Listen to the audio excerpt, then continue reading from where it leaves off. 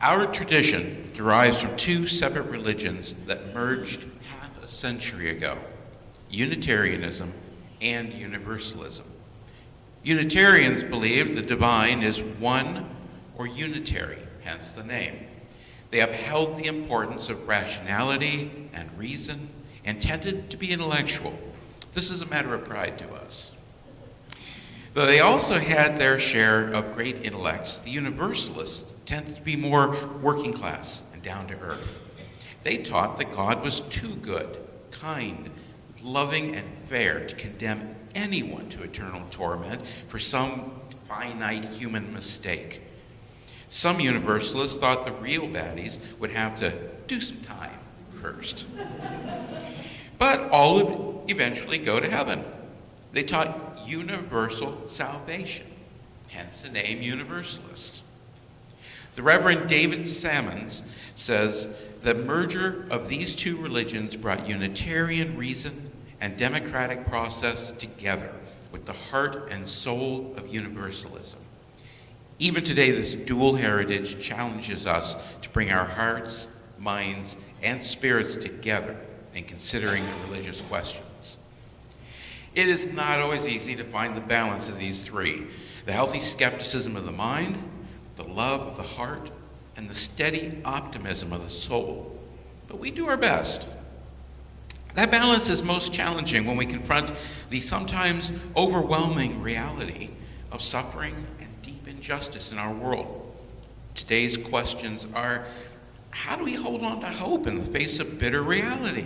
How might our heritage help us in that great spiritual task? One of the spiritual acts of mercy in the Christian tradition is bringing each other hope when hope is hard to find. We do this by comforting one another when we are sorrowing and consoling each other when we are burdened with doubt and despair. In doing this merciful work, we tend to draw more on the heart than the mind. So let me talk for a moment about the basis of hope in the heart and soul of Universalism. Universalist theology offered a hope-filled alternative to the harsh Calvinism of its early days. Calvinism taught that only a few predetermined elect people would go to heaven. Adding insult to injury, they taught that wealth was a reliable sign of divine favor. So the rich were the lucky ones, and the poor would not only suffer on earth, but also in the afterlife. According to the Calvinists, if you were not one of the wealthy elect, it didn't matter how good you were in this life, how worthy you were of heaven. You were going to suffer intensely and for all eternity in hell. You can see how the Universalist idea that heaven is not an exclusive club offered hope, especially to the poor and the downtrodden. This theology appealed to the Rhode Island Brigade of George Washington's army. One of the brigade's chaplains was Universalist preacher John Murray. Some thought he was a British spy because he was just emigrated from England. Others objected to his Universalist ideas, seeing them as heresy. When these people petitioned to remove him from his post, several soldiers asked George Washington to keep Murray on. Washington agreed, and Murray stayed until his health gave out. Along with a dedicated group of lay people, including one freed slave, Murray helped found the first official Universalist church in our nation in Gloucester, Massachusetts. During his days as a traveling preacher, Murray had narrowly escaped lynching more than once. Folks in Gloucester merely threw rocks at him, and members of his congregation in the streets. One day in 1774, Murray was preaching in Boston when someone threw a rock through the church window. The rock just missed it, hitting him in the head. Murray picked up the rock, shouted to the congregation, and said, "This argument is solid and weighty, but it is neither rational nor convincing." Then he tossed it aside, went right back to preaching. In my opinion, the Universalists have better stories than the Unitarians. More colorful anyway. There are several corkers about George de Benneville, born in France in 1703. De Benneville grew up in the royal court in London. He seemed to have been something of a problem child, and so was sent to sea at the age of 12 to serve as a midshipman. In Algiers, he observed the behavior of some Moors, helping a fallen comrade in ways he considered more Christian than his own. He apparently repented of his wrongs and had a vision of Jesus telling him he was forgiven. He decided that if he could be pardoned, then so could the whole world. De Benneville started preaching universalism in France when he was only 17 years old. For this, he was arrested and condemned to death. He was actually on the scaffold, waiting the fall of the axe when King Louis XV granted him reprieve. After that narrow escape, he went to Germany, where he continued to preach. At some point in there, he trained in medicine. Another time, de Benneville was actually pronounced dead after a terrible illness. He later reported that guardian spirits then escorted him through heaven and hell, where he felt great compassion for the suffering. One of his guardians comforted him with a vision of all souls eventually being restored to heaven.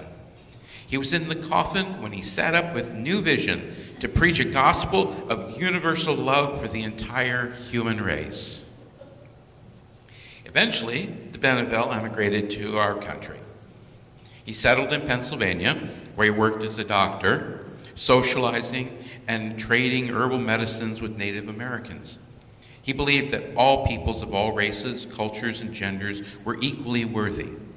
He said that if we look at inward spirit, we see that behind every appearance of diversity, there is an interdependent unity of all things. This is the hopeful heart and the soul of universalism, that all people have the capacity for goodness. The good news, or the gospel, we inherit from the universalist side of our faith is that there are many means of grace, that there is a divine spark within each of us. Furthermore, if we fan those flames and let that inner light shine, we give others warmth and hope, even in the deepest, coldest cavern of despair. This, what heart and soul can do to bring us hope. Let's not forget that our minds are also important sources of religious truth and inspiration in our tradition. What might they teach us about hope? I once heard an interview on science and hope with the South African Quaker cosmologist George Ellis.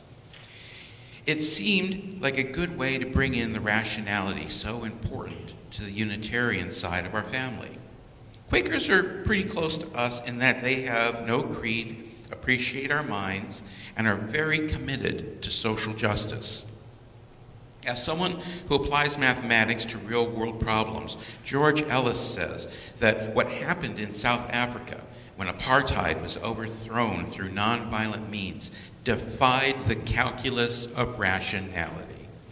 The calculus of rationality seemed to indicate a bloodbath there, especially after apartheid had tumbled. But that did not happen. How? Ellis says that the organizations he worked with refused to see those who upheld apartheid as evil and unredeemable, which is much the same attitude as the early Universalists. Ellis and his friends distinguished the evil actions of the people from the people themselves. This was difficult to do, as each nonviolent effort met with fierce and violent resistance.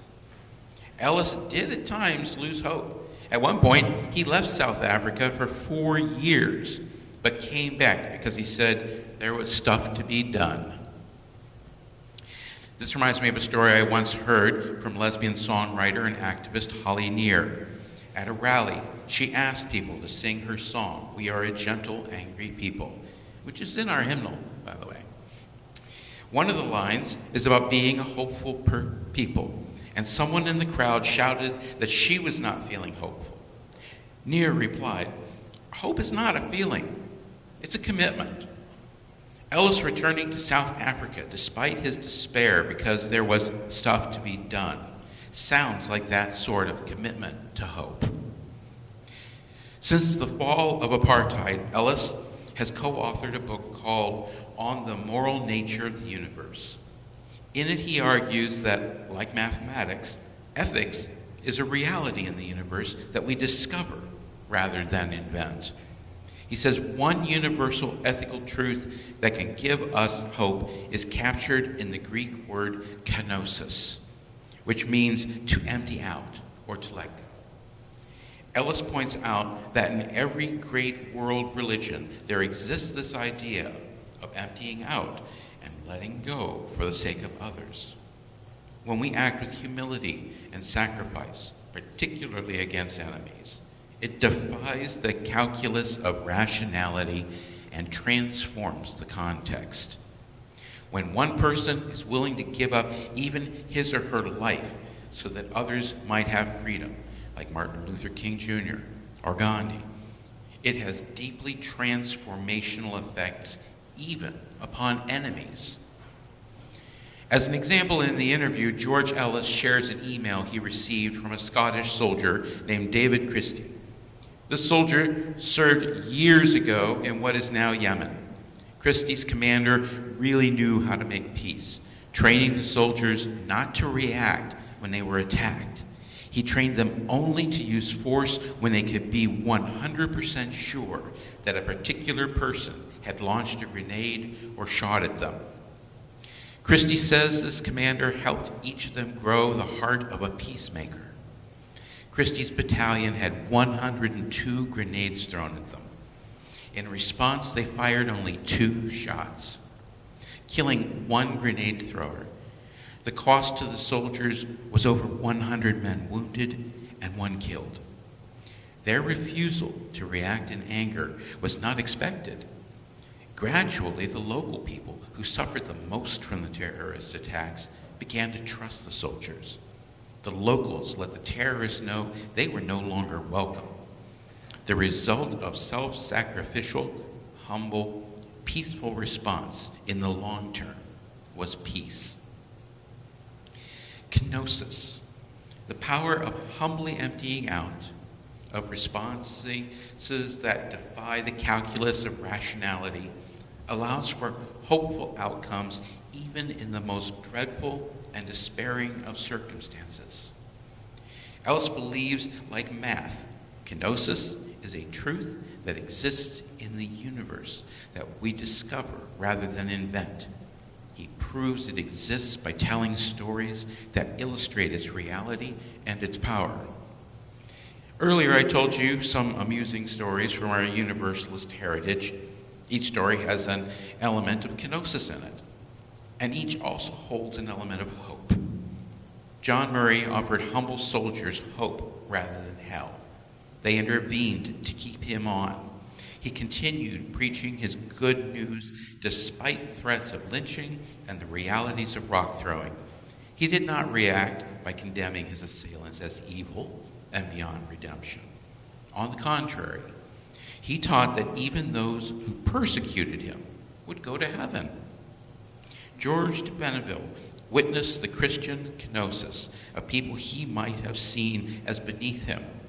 He saw their goodness, along with his sense of being forgiven despite his failings, as proof that all are saved and all are worthy.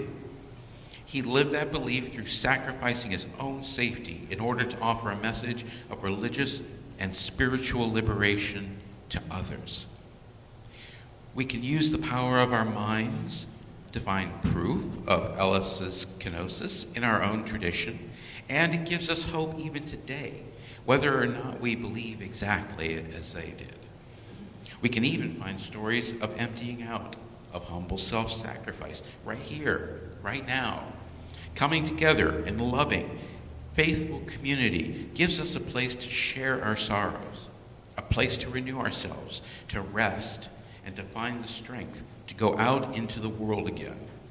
It gives us a place to share latitudes of our hearts, the insights of our minds, and the expansions of our spirits in a context of caring acceptance. I know the power of such a warm, caring community. I have seen it here. I have seen you care for each other in ways that are tender and real. This gives me hope. The truth is that there are people in the world who, blinded by fear and hatred, perform acts of violence. They deserve our compassion. To live in hatred is to live in hell of your own making, which is nearly impossible to escape. The truth is that these people are in the minority. It might not seem that way because they earn so much media attention, but they are in the minority.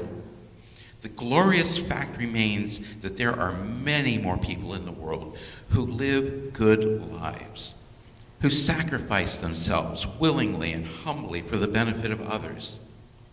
The truth is that these people far outnumber those who live lives of desperate, despairing hatred or greed. When we live in love, even when the world gives us reason to hate, when we live in peace, even when the world gives us reason to practice war, when we live in hope, even when the world gives us reason to despair, we live in a heaven of our own making. When we discover and enact the kenosis that exists in the universe, we defy the calculus of rationality and transform our context into something that looks more like heaven. May we endeavor ever to do so, and so may it be.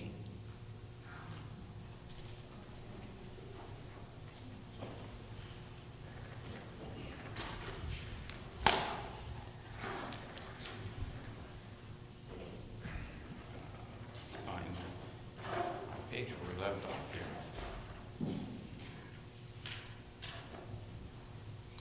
And let's see. Return. There's Devin. Announcements to children. Joys and students of prayer. Check. Okay. Please rise in body.